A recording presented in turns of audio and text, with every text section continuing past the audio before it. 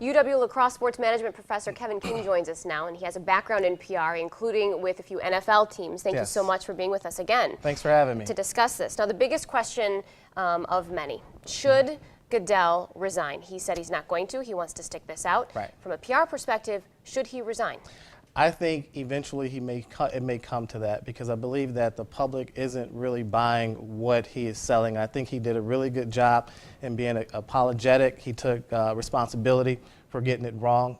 He apologized for it over and over again in his statement.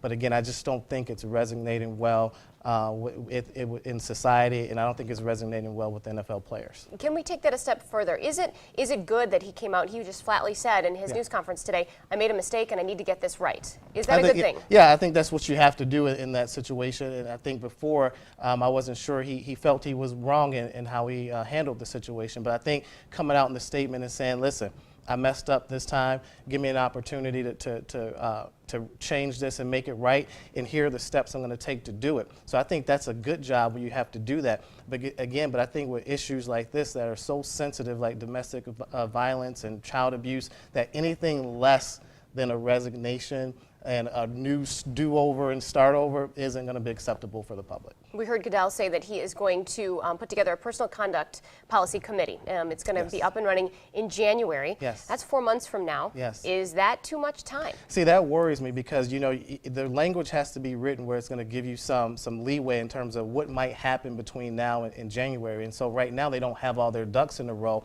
And if they're not going to have their ducks in a row to January, what happens if something happens next week or in November or October? And so I don't think he's addressing that part. That it's great that you're going to have it in place by the Super Bowl, but what are you going to do in the meantime? Because these cases seem like they keep coming up every week now. What from a PR perspective, what should that personal conduct policy, what should it look like that you think is going to make the American public happy?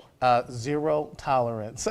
Anything less than that. I know in the current policy it's 6 games and it's a lifetime ban. I think it needs to be a lifetime ban.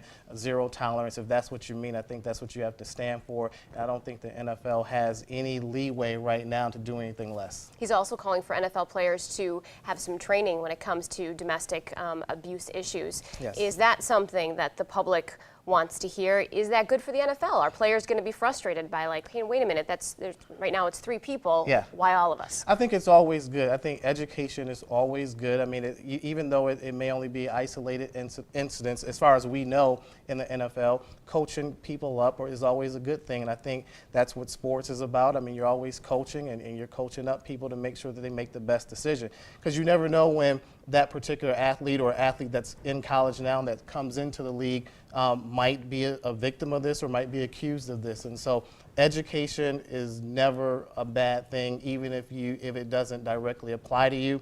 I think a lot of times these athletes know people or know of people that are been victims of domestic violence or maybe has done something wrong to their kids. And so I think it affects so many people in different ways that education is a good thing. All right. Thank you so much. Absolutely. I appreciate your time today. Absolutely.